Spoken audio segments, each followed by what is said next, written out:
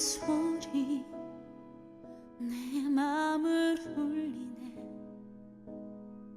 나와 함께 한시도 깨어있을 수 없더냐. 주님의 얼굴에서 떨어지는 땀방울 빗방울같이 떨어지네. 그 소리 내 맘을 울리네. 못 박으소서, 십자가에 못 박으소서. 바라받으신 예수를 못 박으소서. 예수를 못 박으소서. 그 소리 내 맘을 울리네. 주님의 발자국 소리 골고다 언덕을 오르시네. 십자가 주님의 어깨를 짓누르네. 그 소리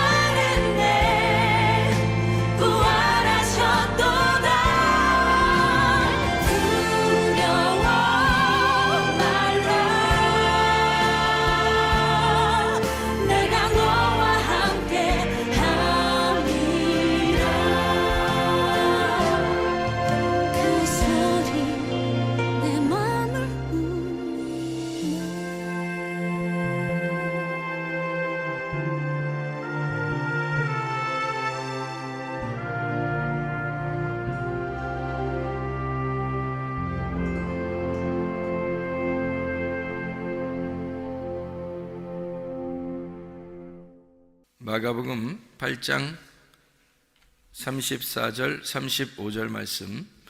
무리와 제자들을 불러 이르되 누구든지 나를 따라오려거든 자기를 부인하고 자기 십자가를 지고 나를 따를 것이니라. 누구든지 자기 목숨을 구원하고자 하면 잃을 것이요 누구든지 나와 복음을 위하여 자기 목숨을 잃으면 구원하리라. 아멘.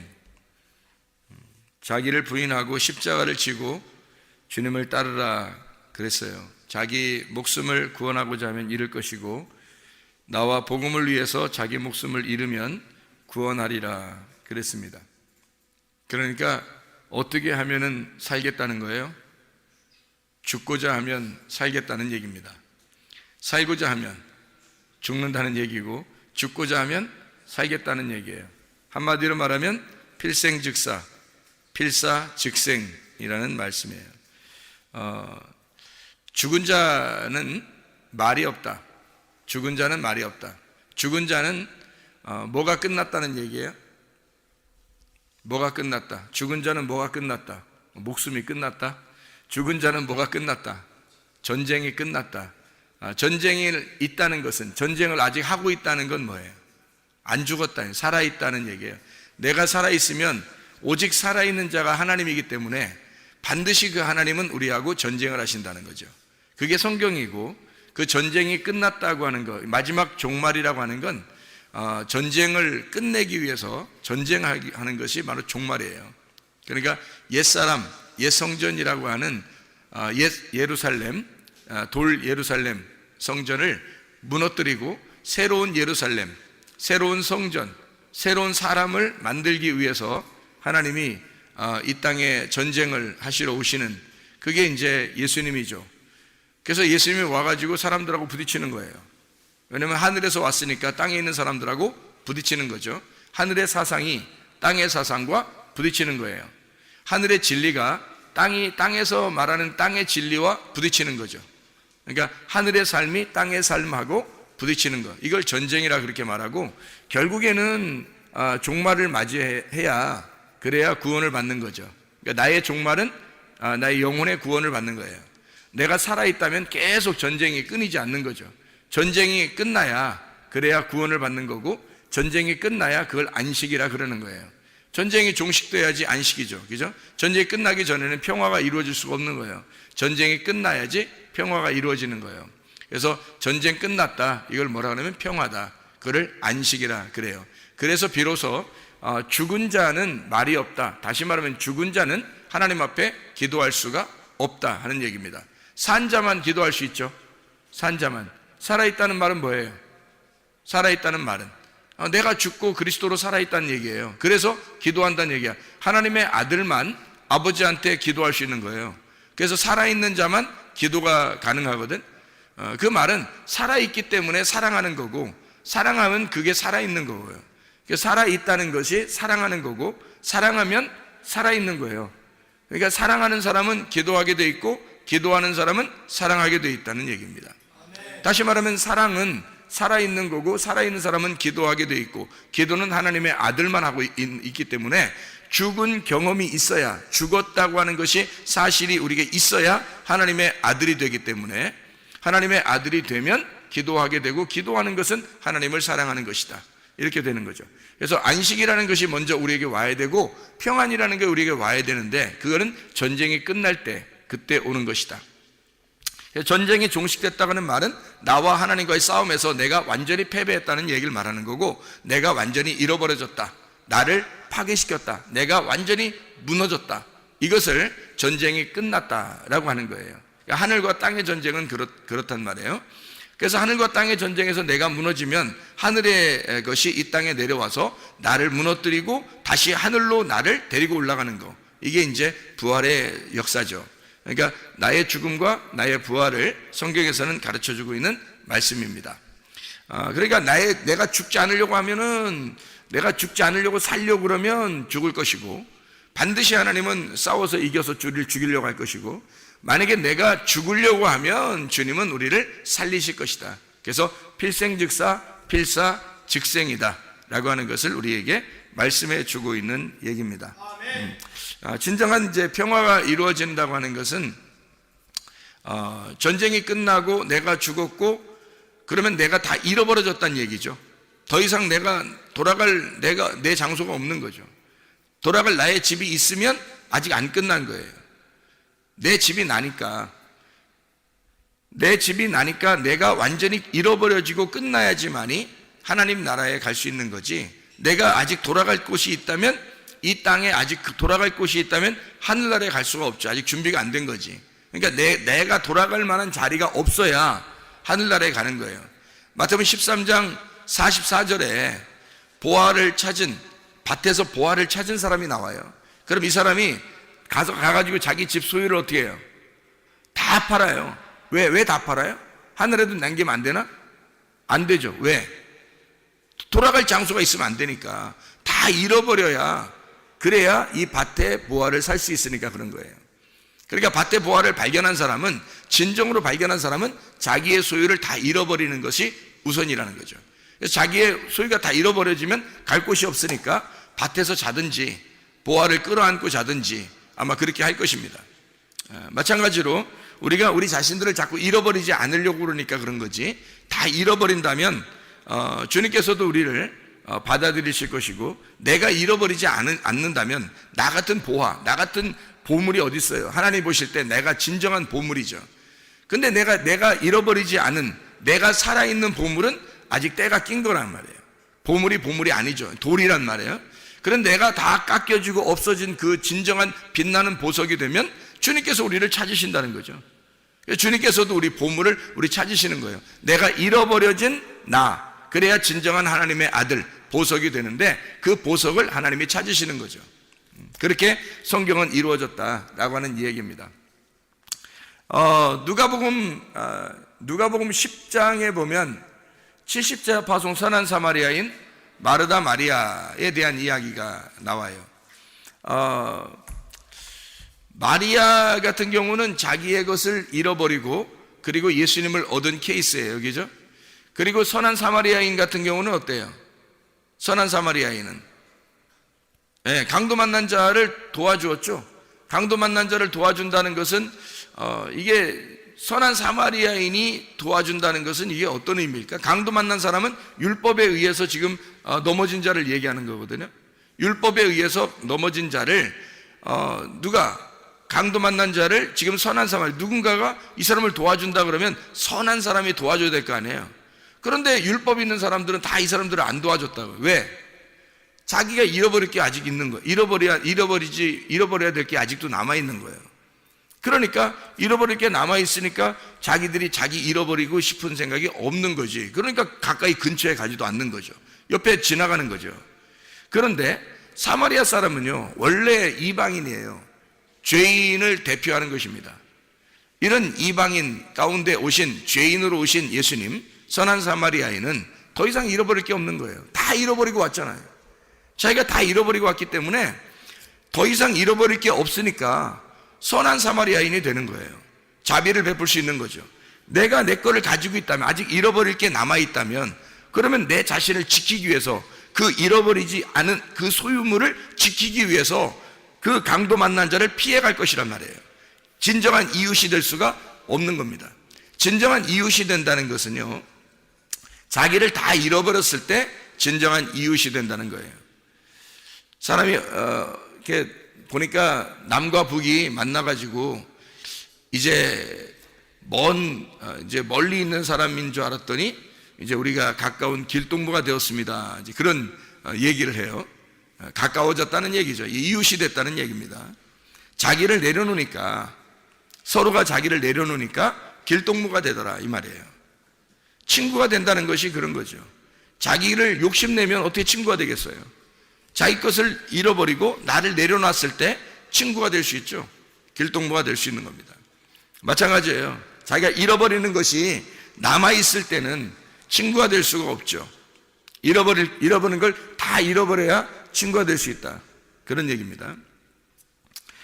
우리 다 잃어버리는 것을 한번 성경을 한번 또 찾아보죠. 마태복음 5장 38절부터 40절까지 말씀입니다. 마태복음 5장 38절부터 40절까지 말씀이에요. 거기에 보니까 눈은 눈으로 이는 이로 갚으라 했다는 것을 너희가 들었으나 이렇게 되어 있죠. 눈이라는 게 옵달모스예요. 눈, 뭐 질투, 환상, 눈, 뭐 이런 얘기고요. 옵타노마이, 응시하다, 쳐다본다는 말이고 본다는 말입니다. 이라고 하는 것은 오두스, 치아를 말하는 건데 SDO에서 온 말이에요. 개걸스럽게 먹다에서 나온 겁니다. 눈은 눈으로, 이는 이로. 이게 율법적인 거죠. 율법이라고 하는 것은 정확하니까 율법에서는 두리뭉실한 게 없어요. 정확하게 해야 된다는 것을 말하는 겁니다. 그럼 그 정확한 그것을 하나님께서 그 정확함을 우리에게 요구하시느냐는 얘기예요. 아니에요. 그 정확한 걸 뭐라고 그러냐면 사람들이 정답이라 그럽니다. 그렇죠? 그래서 정답이라, 하나님은 정답을 요구하시겠냐 이거예요. 아니에요. 정답을 요구하지 않습니다. 그러니까 하나님은요, 율법은 엄청 정확하지 않냐 이거야. 율법은 눈에는 눈에 하고 이는 이로 하잖아. 자, 눈을 다치게 했는데 이를 뽑고 뭐 어떻게 해요? 안 되죠. 눈을 다치게 했으면 눈을 똑같이 다치게 해줘야 돼요. 다른 데 다치게 하면 안 된다 이런 말이고, 이를 다치게 하면 이를 꼭 뽑아놓고 와라 이렇게 하는 얘기고, 정확하게 이는 이로 대답해야지, 해야지. 눈을 뽑거나 뭐 다른 데를 다치게 하거나 하면 안 된다. 얼마나 정확한 얘기입니까? 율법은 이렇게 정확한 정답을 요구해요. 그러나 성경에서는 우리 보고 율법은 정답을 요구하지만 너희들에게는 그렇지 않다는 얘기입니다. 그 얘기예요. 율법은 정답을 요구한다. 그러나 너희는 그렇지 않다. 그런 얘기예요. 자, 그러면 여기서 보니까 이렇게 뭐라고 되어 있냐면, 악한 자를 대적하지 마라.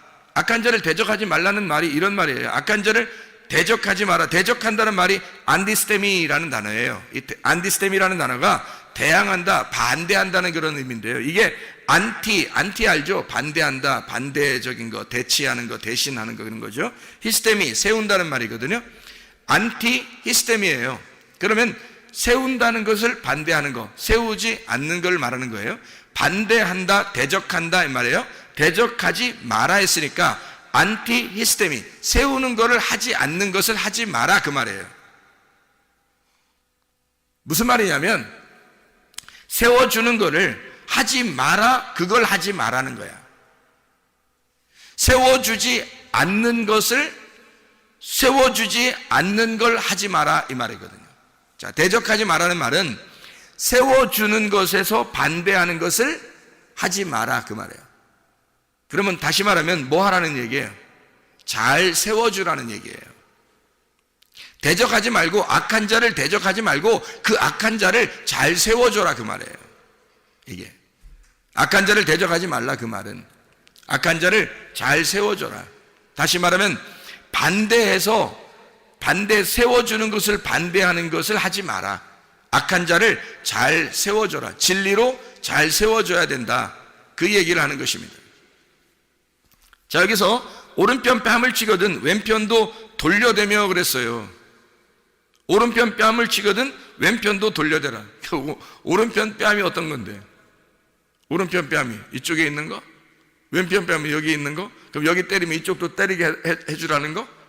그러면 이쪽 맞으니까 이쪽도 돌려대라. 그런 말이잖아 이게.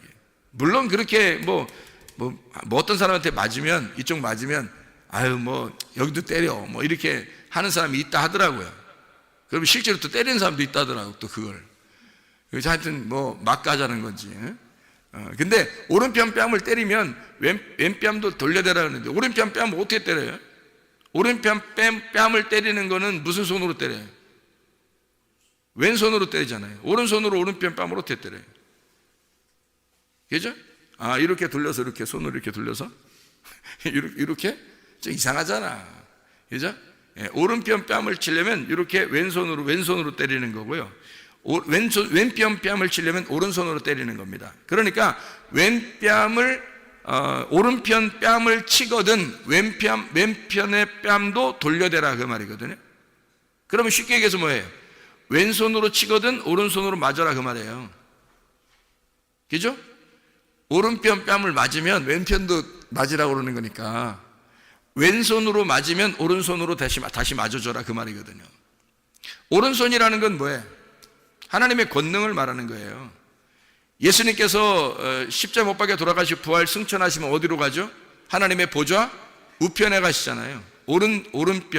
오른편으로 가신다고. 왼편에서 오른편으로 가신다고. 그럼 왼편은 뭘 말하는 거예요? 죽음을 의미하는 거고, 오른편은 부활을 의미하는 거고, 왼편은 선악과를 말하는 거고, 오른편은 생명나무를 말하는 거예요.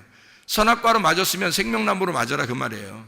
그죠? 쉽게 얘기해서. 자, 그러면은 생각해 봐요. 너희가 오른손, 오른뺨 이런 얘기는요, 다 뭘 얘기하냐면 옳다, 정답을 의미하는 거예요. 정답. 옳다는 겁니다. 자, 그러면 오른편 뺨을 맞았어요. 그러면 오른편 뺨이라는 건 뭐야? 정답이잖아요. 정답을 맞았더니 왼뺨도 맞아야 된다. 그러면 잘못된 오답도 맞아야 된다 그 말인가? 정답 맞았더니 오답도 너희가 맞아야 된다. 뭐 이런 얘기예요? 자, 우리가 좀 복잡하게 하지 말고 이렇게 합시다. 이게 오른편 뺨, 왼편 뺨, 뭐 이렇게 오른손 왼손으로 맞았냐, 오른손으로 맞았냐 이걸 말고 복잡하게 하지 말고 간단하게 한마디로 한번 얘기해 봅시다. 자, 오른편 뺨을 맞았더니 왼편도 돌려대. 그래서 맞았어요. 그러면 잘 봐요. 맞을 때가 이제 더 이상 있어요, 없어요? 없다는 얘기죠. 더 이상 맞을 때가 없다 그 말이죠.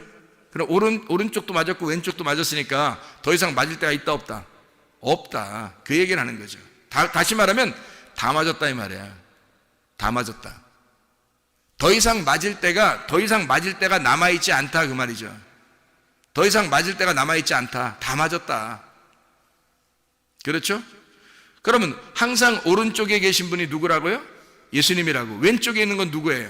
나예요. 그러면 주님께서 맞으셨으니까 주님께서 나를 위해서 주님께서 맞으셨고 이 땅에 내려오셔서 맞으셨고 또 누구를 위해서 맞는 거예요? 나를 위해서 또 맞으시는 거란 얘기죠. 주님이 자신이 사람들에게 맞으시고 나를 위해서 또 맞으신단 말이야. 더 이상 그럼 우리가 그럼 우리도 때려주세요 이렇게 할 수 있어요 없어요? 없단 말이에요. 예수님이 다 맞으셨기 때문에 오른쪽 왼쪽을 다 맞으셨기 때문에 더 이상 우리가 맞을 데가 없단 말이에요. 다 맞으셨단 말이야. 더 이상 빈 곳이 없단 말이지. 다 맞았단 말이에요. 무슨 말인지 이해가 돼요? 주님은 그렇게 자기를 죽이신 분이란 말이에요. 자기를 그렇게 죽이신 분이니까 살아나셨다는 얘기죠. 여러분, 우리가 살아나려고 그러면 우리는 반드시 하나님이 죽이실 겁니다. 그러나 우리가 죽으면 하나님 우리를 반드시 살리실 겁니다. 예수 그리스도가 더 이상 빈 곳이 없도록 맞으셨다고요. 우리를 위해서. 오른편 뺨도 맞으시고 또 왼뺨도 돌려대서 또 그것도 맞으셨기 때문에 더 이상 우리가 맞을 뺨이 없다고요. 이거예요. 그게 주님이시라고. 주님이 완전히 우리를 위하여 돌아가신 분, 우리를 위하여 완전히 징계를 받으신 분, 그렇게 상처를 받으신 분이 바로 예수 그리스도시라. 그분을 따라서 너희가 가야 된다. 그분을 따라서 너희도 그렇게 살아야 한다 라는 얘기를 하는 거죠. 여기서 보니까 또 이렇게 나와 있어요. 40절에 보니까 또 너를 고발하여 속옷을 가지고자 하는 자에게 겉옷까지도 가지게 하며 이렇게 나와 있죠.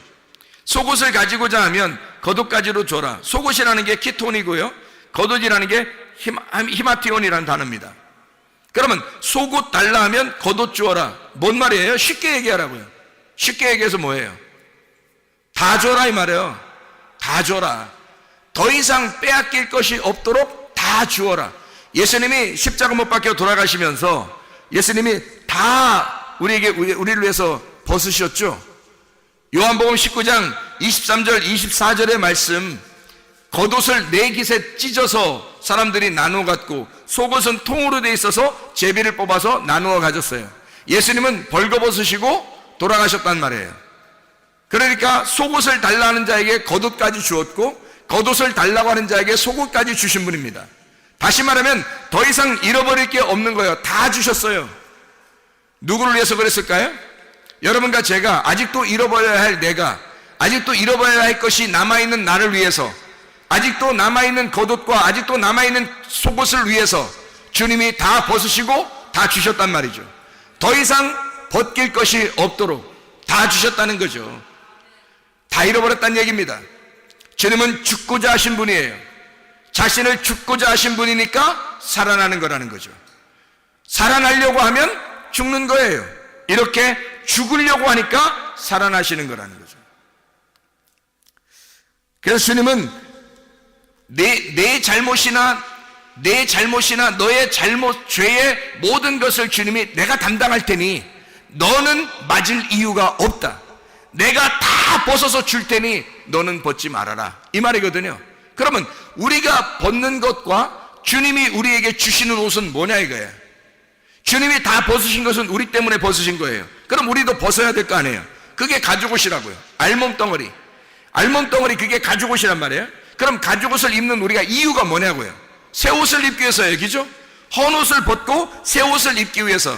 그래서 주님은 자기의 옷을 다 찢으시고 재입혀서 다 나눠주시고, 그리고 우리에게 새 옷을 입혀주시려고 하시는 분이시다.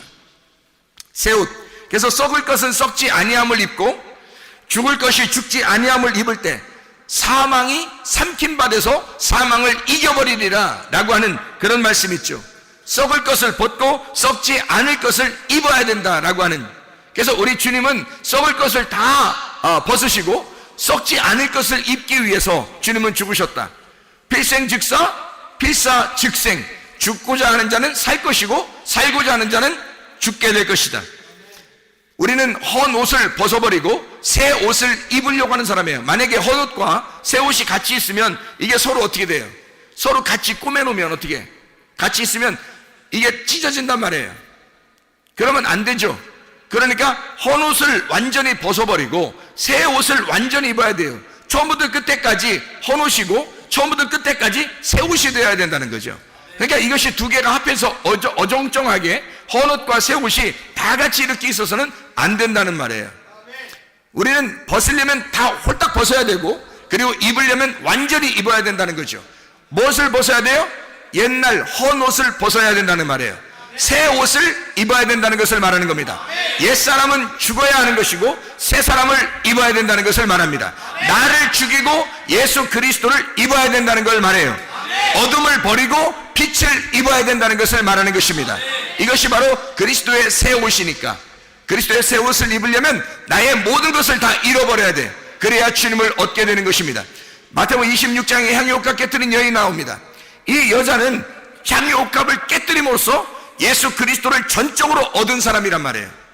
자기를 다 잃어버림으로써 예수를 얻은 사람. 룻이라는 사람이 나오죠. 보아스를 만난 룻이라는 여자가 나와요. 이 사람은 모압에서 말이에요. 모압에서 남편이 있었어요, 없었어요?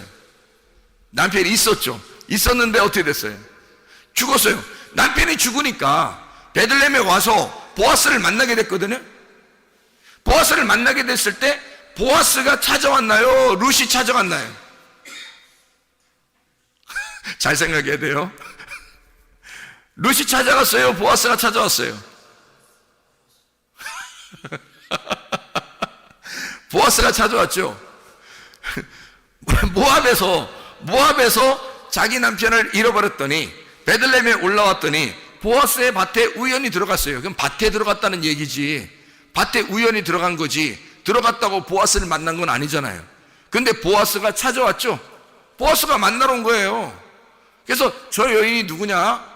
저 여인 좀 알아봐라. 그리고 내가 다 들어보니까 저 여자는 괜찮은 여자다라는 것을 알게 된 거예요. 그러니까 이 여자는 사실 보아스를 만나고자 했던 것도 아니고 몰랐어요. 보아스가 뭐 있는지. 그냥 보아스의 밭입니다 라고 그것만 알고 그냥 보아스의 밭에서 이삭을 줍고 있었던 거예요. 말씀을 단순하게 줍고 있었던 거예요. 씨앗이 그러니까 막 떨어지는 거지. 자기에게 말씀이라는 건 말이에요. 한 번 딱 말씀을 오늘 증거했더니 오늘 씨앗이 떨어져서 열매를 맺었다 이런 게 아니거든요. 계속 씨앗이 떨어지는 거예요. 계속 이삭을 줍는 거라고. 그런데 어느 날 남편이 딱 만나는 거죠. 남편을 만나 보아스를 만났어요. 보아스가 왔어. 보아스가 찾아온 거지. 룻은 있는데 찾아온 거지. 자, 사마리아 여자가 그 요한복음 4장에 사마리아 여자가 우물을 뜨러 계속 오죠. 원리가 똑같아요. 우물을 뜨러 계속 오는데 누가 찾아와요? 예수님이 신랑이 찾아오는 거예요. 우리는 계속 말씀 들으러 이게 나오는데 누가 찾아오시겠어?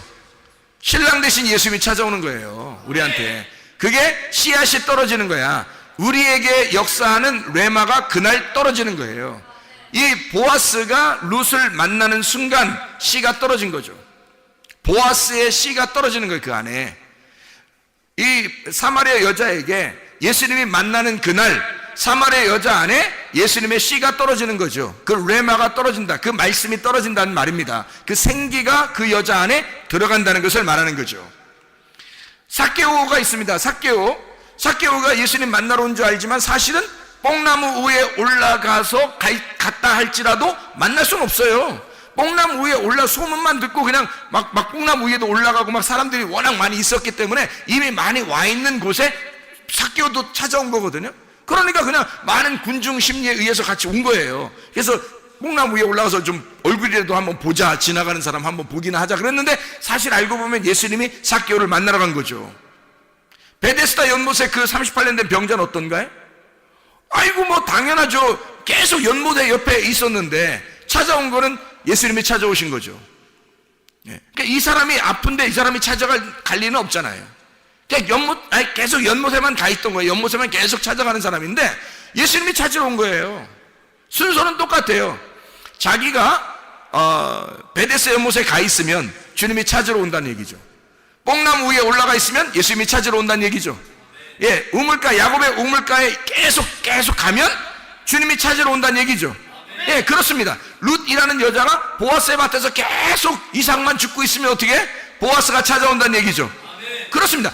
이렇게 찾아오게 되면 만나는 거예요. 자, 룻에게 보아스를 만났어요. 룻이 보아스를 딱 만나잖아요. 그러니까 딱 만나니까 이제 어떻게?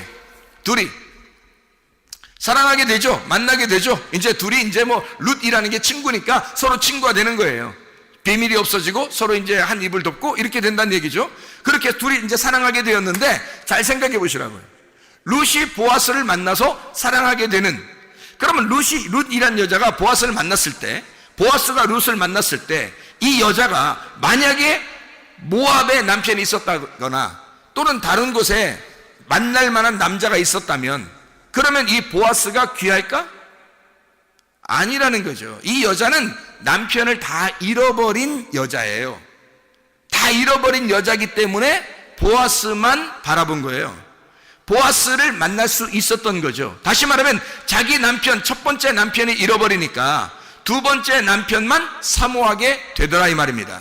사람들이 왜 예수 그리스도에게 열광하지 않냐면 자기 남편이 있기 때문에 그렇습니다.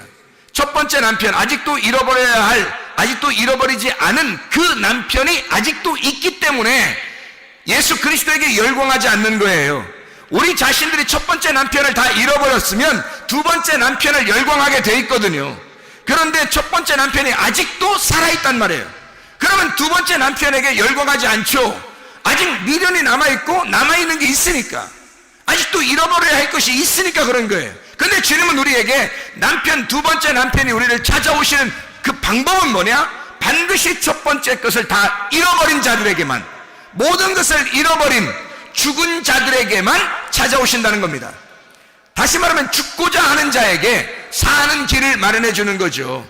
살려고 하는 자, 자기가 아직도 잃어버려야 할 것이 남아있는 자에게는 주님께서 그 사람에게 찾아오시지 않죠. 그러나 완전히 다 잃어버려서 정말 나는 죽었습니다, 더 이상 내가 갈 곳이 없습니다, 더 이상 입을 만한 옷이 없습니다, 더 이상 맞을 뺨이 없습니다, 뺨을 다 맞았기 때문에, 옷을 다 잃어버렸기 때문에 더 이상 입을 옷이 없습니다 하는 자에게 새 옷을 입혀주는 거고요. 더 이상 맞을 뺨이 없습니다 하는 자에게 주님은 우리의 상처를 싸매주실 거란 말입니다. 더 이상 잃어버릴 게 없다, 내 모든 남편을 다 잃어버린 자에게 주님 우리에게 남편 되실 거란 말입니다. 그리스도 예수 안에서 더 이상 잃어버릴 게 없는 사람들이 되면 죽고자 하는 자는 살게 될 것이고 살고자 하는 자는 죽게 될 것입니다. 그리스도 예수 안에서 예수 한 분만으로 만족하는 주의 백성들이 다 되시기를 바랍니다. 우리 하나님 아버지 사랑과 은혜를 감사합니다. 주의 뜻대로 살다가 주님 만나게 도와 주시옵소서. 예수 그리스도 존귀하신 이름 받들어 기도 올려옵나이다. 아멘.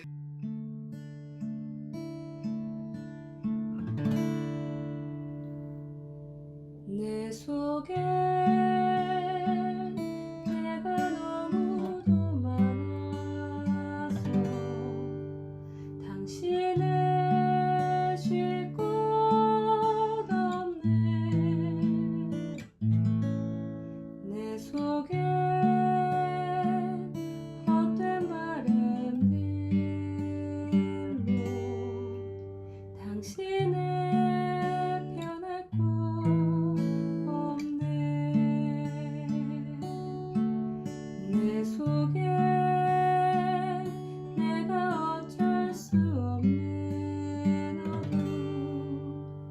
당신의 쉴 자리를 뺏고 내 속에 내가 이길 수 없는 슬픔 무성한 가시나무 숲 같네 바람만 불면 그 메마른 다리 서로 부대끼며 울어대고 쉴 곳을 찾아 지쳐 날아온 어린 새들도 가시에 지며 날아가고 바람만 불면 외롭고 또 괴로워 슬픈 노래를 부르던 날이 많았는데